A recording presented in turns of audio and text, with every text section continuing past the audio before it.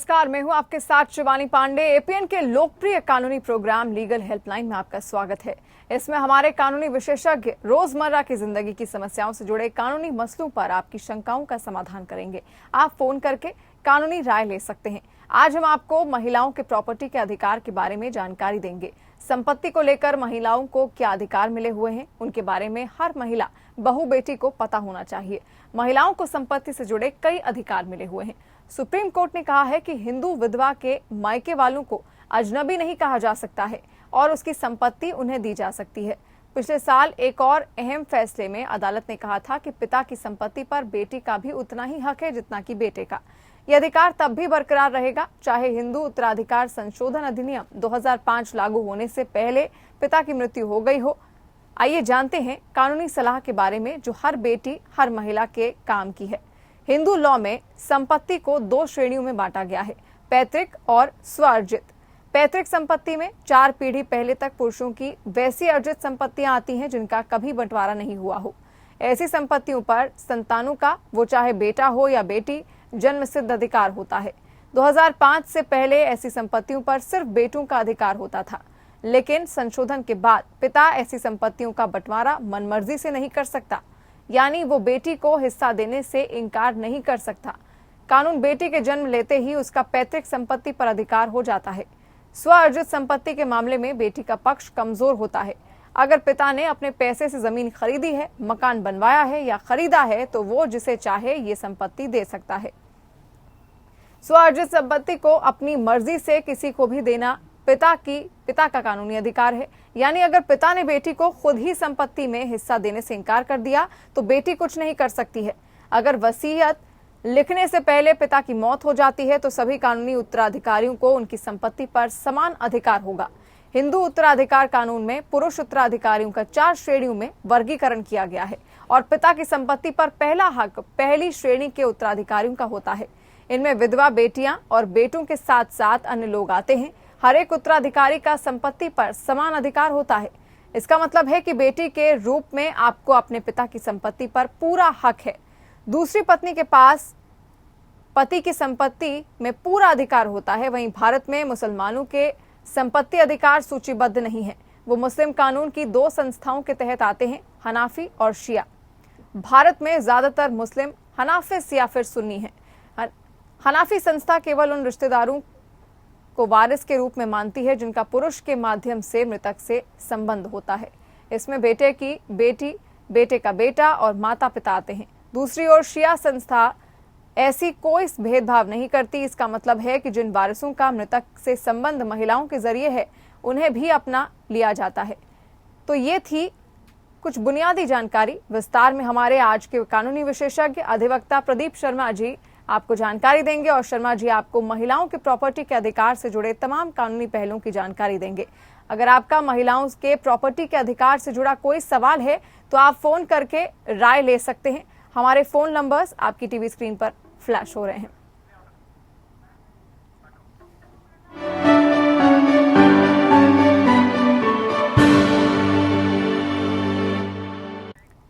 प्रदीप जी, आपका बहुत स्वागत है। और मेरा पहला सवाल आपसे कि क्या हिंदू उत्तराधिकार अधिनियम में क्या है, आखिर इसको एक बार समझाइए।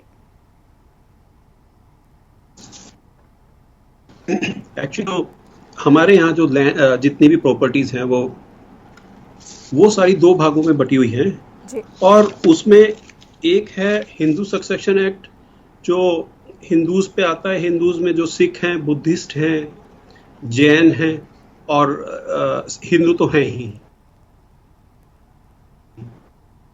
में ही एक्ट 2005 में हुआ था जी। और एक है इंडियन सक्सेशन एक्ट, मतलब एक हिंदू सक्सेशन एक्ट है और एक इंडियन सक्सेशन एक्ट है। ये जो इंडियन सक्सेशन एक्ट है ये 1925 में बना था और इसके अंदर जो श्रेणी आती हैं जो अपनी संपत्ति और ये इसका अधिकार कर सकते हैं, उसके हिसाब से उसमें क्रिश्चियंस, पारसीज और ज्यूज आते हैं। अब इसके अंदर शिवानी जी बहुत सी टाइम टू टाइम इसके अंदर अमेंडमेंट भी होती रहती हैं।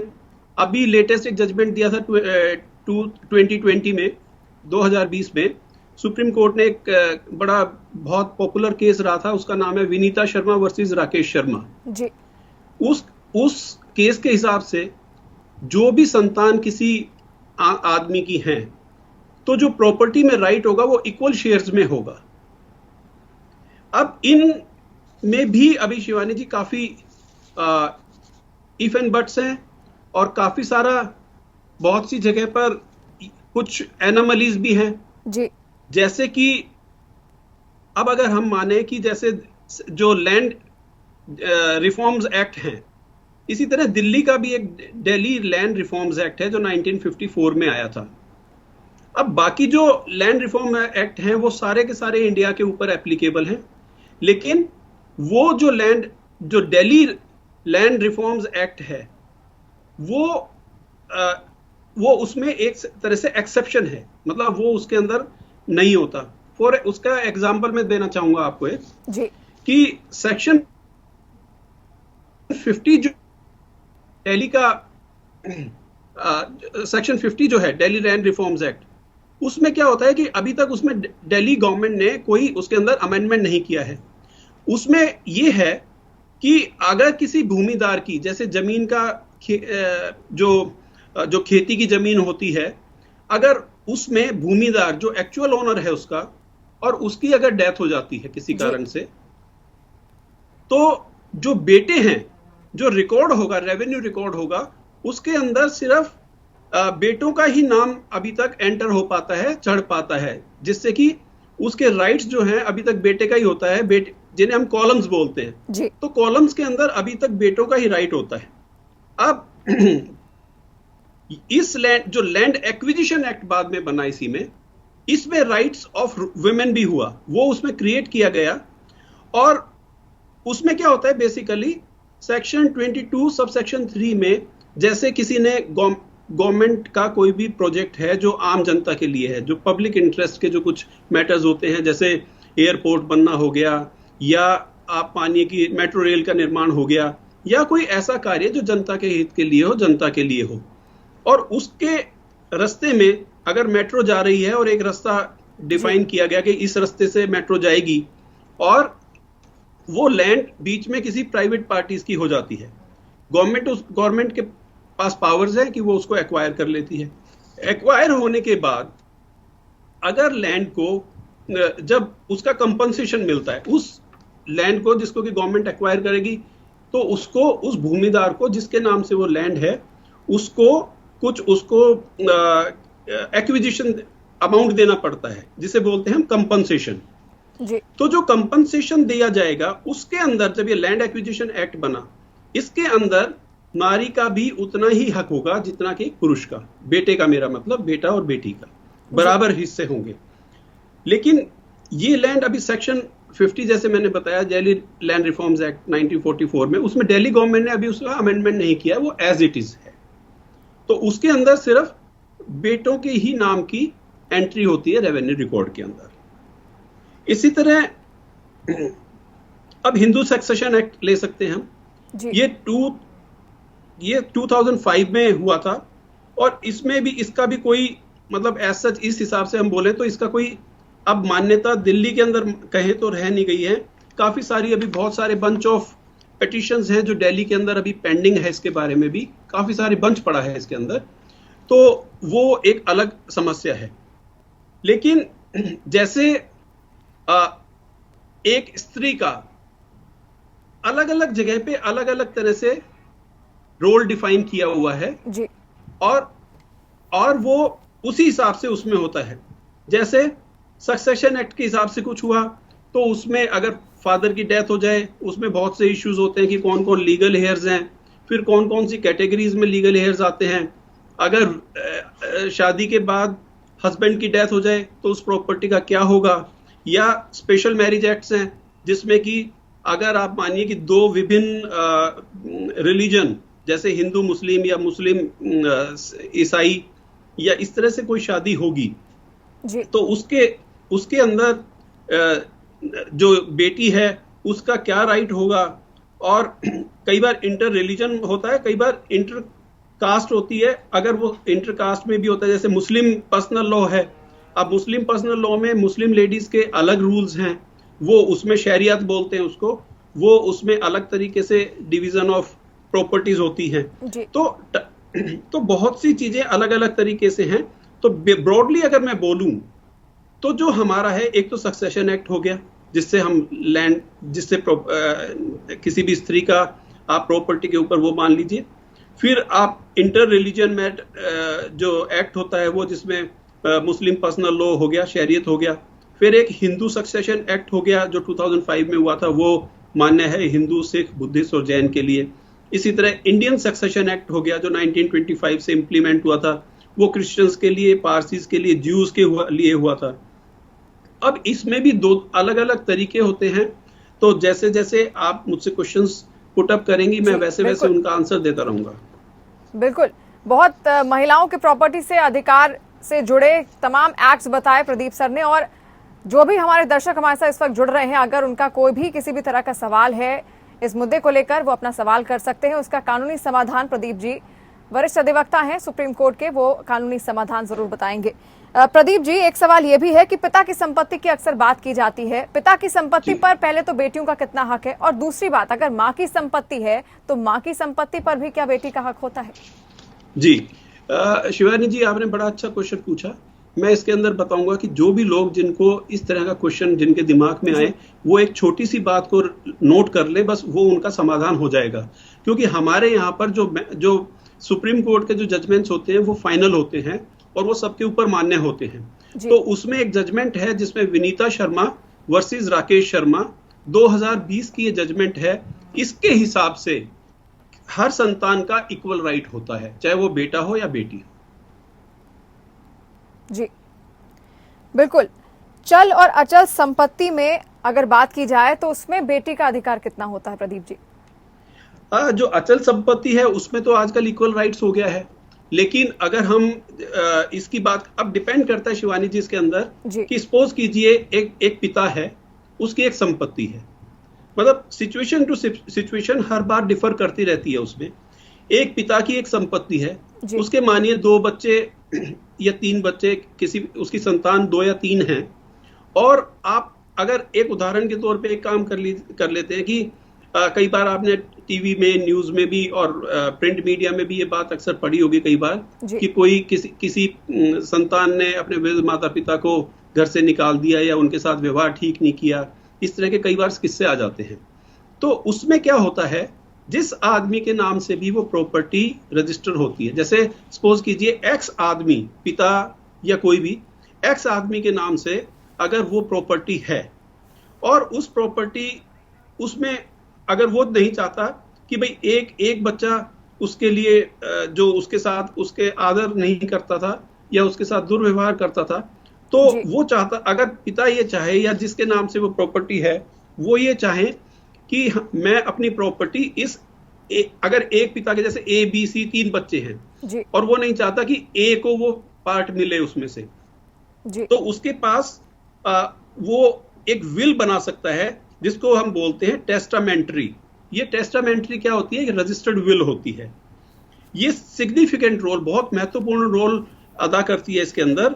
और ये किसी भी तरह का कोई भी लॉ हो उसको सुपरसीड करती है, उसके ऊपर आ जाती है। ये मतलब जो टेस्टामेंट्री अगर रजिस्टर्ड विल है तो ये सब का सब, फॉर एग्जांपल जैसे अभी हमने एग्जांपल लिया कि एक पिता के अगर 3 बच्चे हैं ए बी सी और एक का व्यवहार पिता के साथ ठीक नहीं है और वो ये चाहते हैं कि मैं ए को ना देकर और बी और सी में ये प्रॉपर्टी दे दूं, या अगर बी और सी में से भी एक पर्टिकुलर बेटे की या बेटी की माली हालत या मॉनेटरी कंडीशन अगर उसकी ठीक नहीं है तो वो चाहते हैं कि इसको 60% दे दूं, इसको 40% दे दूं, तो वो एक टेस्टामेंट्री बना दे। 2 तरह की वो कंडीशन, एक बोलते हैं टेस्टामेंट्री, एक होती है इंटेस्टेट।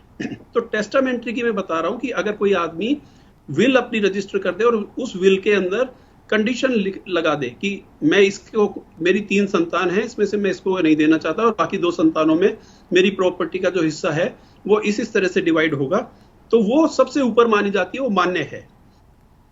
बिल्कुल।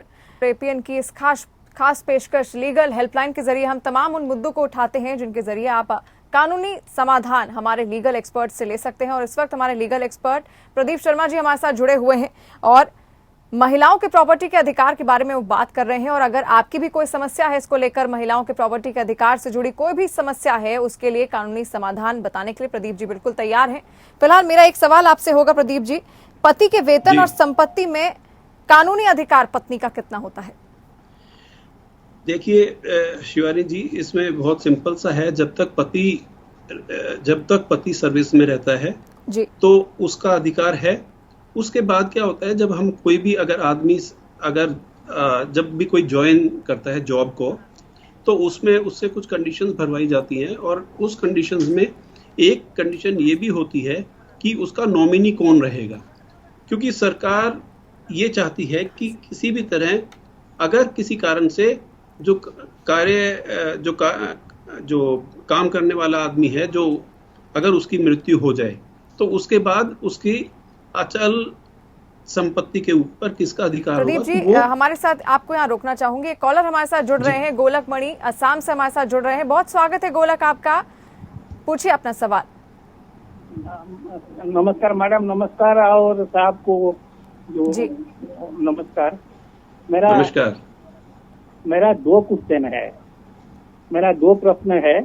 जी बताए। मेरा 2 प्रश्न, एक प्रश्न है वो मेरा वाइफ को डाइवोर्स करने चाहता हूँ। जी बताएं। मैं मेरा वाइफ को डाइवोर्स करने चाहता हूँ जी, और वो मेरा प्रॉपर्टी में वो शेयर ले सकते हैं क्या? वो नौकरी से रिटायर हुए हैं जी, और मैं जो घर बनाया हूँ, जो प्रॉपर्टी किया हूँ, उसमें उनका कोई योगदान नहीं था जी। और दूसरा प्रश्न है जी, दूसरा प्रश्न है, मेरा लड़का का नाम में कुछ जमीन खरीद किया हूँ। खरीद लिए हैं? लड़का का नाम में, लड़का तो अनएम्प्लॉयड था, मैं उसी का नाम में कुछ जमीन खरीद किया हूँ, ताकि फ्यूचर में मेरा डेथ का और उसको कोई प्रॉब्लम नहीं हो। लेकिन अभी हमारा वो जो लड़का है हमको बहुत प्रॉब्लम कर रहा है जी। गोलक जी, आप पहले तो ये बताएं कि आप किस पर्टिकुलर रिलीजन से बिलोंग करते हैं, क्योंकि मुझे फिर उसी हिसाब से आपको बताना पड़ेगा, क्योंकि हर रिलीजन के हिसाब से अलग एक्ट है, अलग रूल्स हैं। तो आप हिंदू हैं? हाँ जी, आप हिंदू हैं। तो आपके 2 क्वेश्चन थे। एक तो ये था कि आप अपनी पत्नी को डाइवोर्स देना चाहते हैं, तलाक देना चाहते हैं। डाइवोर्स करने, तलाक तो नहीं है, हम हिंदू है, वो वही तलाक है जो नहीं, आप चाहते हैं उनको तलाक देना। हाँ गोलक जी, उसके तलाक देने के लिए आपको हिंदू मैरिज एक्ट में सेक्शन 13(1) के अंदर एप्लीकेशन फाइल करनी होती है, पिटीशन फाइल करनी होती है। लेकिन उसके तलाक फाइल करने का एक पर्टिकुलर पीरियड होता है कि उसमें कम से कम आपका और आपकी पत्नी का कम से कम 1 साल का सेपरेशन मस्ट है, जरूरी है। और उसमें आपको ये प्रूव करना पड़ेगा कि उन्होंने आपके ऊपर किस तरह से अत्याचार किया। या उसमें अगर हिंदू मैरिज एक्ट के आप 3-4 कॉलम्स हैं, जिसमें या तो वाइफ अगर इंसेन हो जाती है, दिमागी तौर से वो पागल हो जाती हैं तब, या फिर अगर आपके ऊपर वो अत्याचार करती हैं तब, या फिर आपकी बिना मर्जी के अगर 1 साल से ज्यादा वो आपसे दूर रहती हैं, आपके साथ नहीं रहती हैं, तो ये कुछ कारण हैं जिन्हें हम बोलते हैं क्रूएलिटी। तो अगर ये क्रूएलिटी में से कोई अगर आपके ऊपर मान्य है, तब आप फैमिली कोर्ट के अंदर एक पिटीशन फाइल कर सकते हैं, और उस पिटीशन को जज प्रोस एंड कॉन्स देखेंगे, और उसके बाद वो आपको अगर ठीक समझेंगे जज, तो वो आपको तलाक ग्रांट कर देंगे। अब तलाक होने के बाद भी ऐसा होता है यूजुअली, क्योंकि हम लोग रोजाना कोर्ट में अपीयर होते हैं, कि आपको उस स्त्री को जिससे आप तलाक लेना चाहते हैं, अगर तलाक भी हो गया, तो जज के सामने एक क्वेश्चन ये आएगा कि शादी के बाद ये अपने आप को मेंटेन कैसे करेंगी, अपने आप को रख रखाव कैसे करेंगी। अब अगर पत्नी के साथ तलाक के बाद बच्चे जाते हैं साथ में, तो आपको उनको मेंटेन करने के लिए कुछ पैसा देना पड़ता है।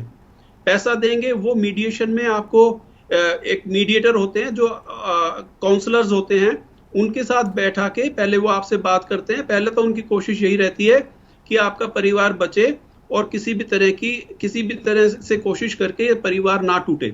लेकिन उनकी